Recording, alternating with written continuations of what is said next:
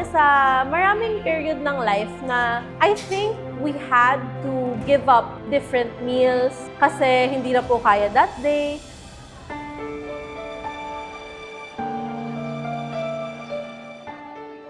Gaano pa nga ba kahalagang isang pangarap?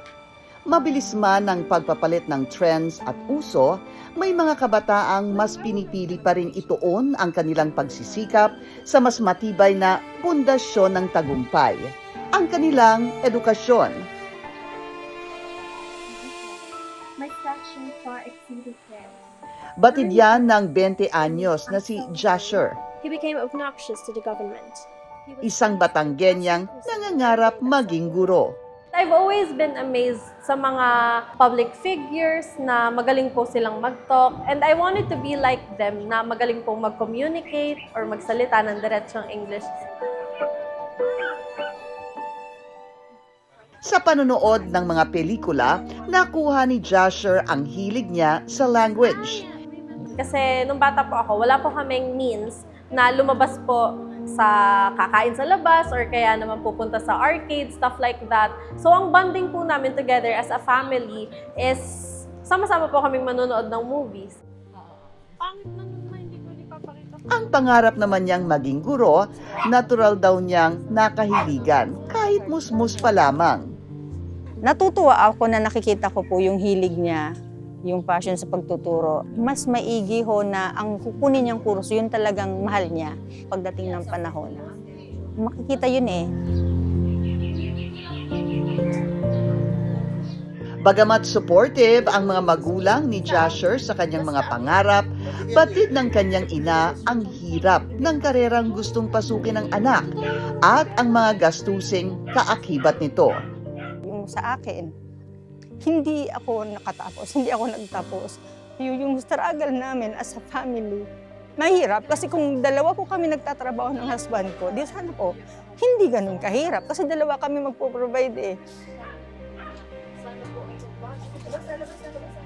Sinubukan rin daw ng kanyang ama na mag-OFW, pero imbis na guminhawa, lalo raw silang kinapos.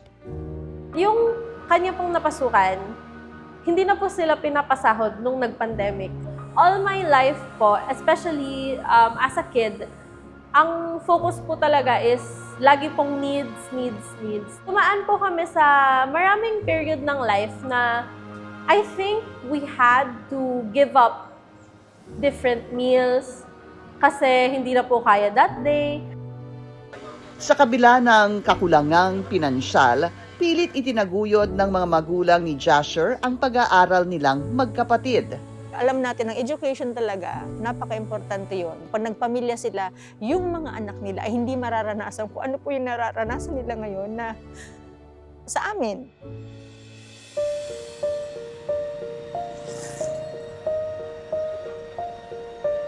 Hindi po option sa akin tumigil. Magtatrabaho po ako habang nag-aaral.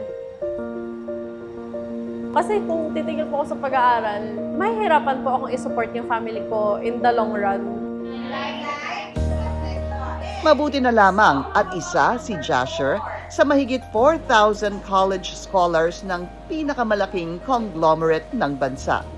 Medyo umiyak po kami ni mama. Kasi syempre po yung parang bigat, natanggal na. Parang ngayon makakapag-college na, hindi na natin kailangan problemahin. Ngayon po, nandito na ako sa University of Batangas. Wala po akong binabayadan tuition and nakakakuha din po ako ng allowance every month na nakakatulong po sa school expenses. So ang SM College Scholarship ay isang programa na itinatag ng aming founder, si Mr. Henry C. Sr. At ang layunin talaga nitong ay mabigyan ng mga oportunidad ang mga kabataan na makapagkolehiyo. So SM Scholarship po yung pinaka nag-stand out sa akin kasi unlike other scholarships, hindi po siya conditional na kailangan magaling ka sa ganito, like magaling ka sa lahat para makapasok ka. Ang scholarship po ng SM is very true to their heart na ang goal is makatulong sa nangangailangan. Bukod sa scholarship, nakatatanggap din sila ng mga skills building seminar at character development courses. Sa tulong ng mga programang ito, mas naging kumpiyansa si Jasher na harapin ang mga hamon at abutin ang kanyang mga pangarap. Hindi na lang niya gusto maging teacher. Gusto raw niyang maging top-notcher at magka-PhD.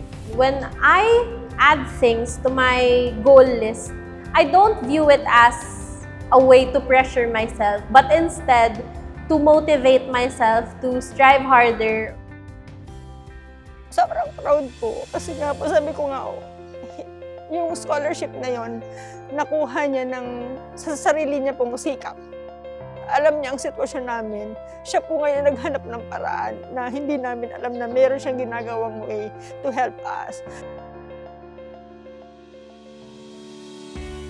Sa buong Pilipinas, libo-libo ang mga estudyanteng mas napapalapit ang pangarap dahil sa suporta ng scholarship program na ito. Maging sa mga kabundukan ng Benguet, abot kamay na rin ni Jean ang inaasam na magandang kinabukasan.